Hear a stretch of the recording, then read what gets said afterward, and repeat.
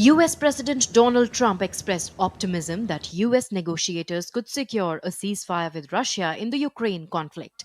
Trump's envoy Steve Witkoff is set to meet with Russian officials in Moscow. We've got Ukraine done, and as you know, I've always said that Ukraine might have been the more difficult party. You were here a week ago when some interesting things happened. I had somebody that didn't seem to want peace. Now he's agreed to peace. So we'll see what happens. The US seeks an unconditional halt to hostilities, with Secretary of State Marco Rubio emphasizing the commitment with no strings attached.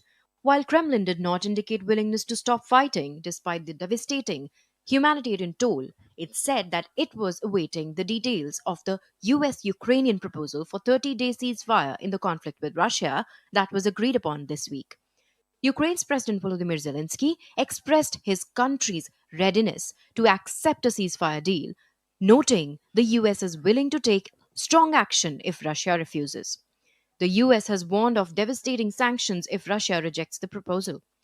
Meanwhile, Russian President Vladimir Putin donned military fatigues for a surprise visit to troops in Russia's western Kursk region on Wednesday, where he ordered them to press their lightning advance and swiftly retake the rest of the area from Ukrainian forces.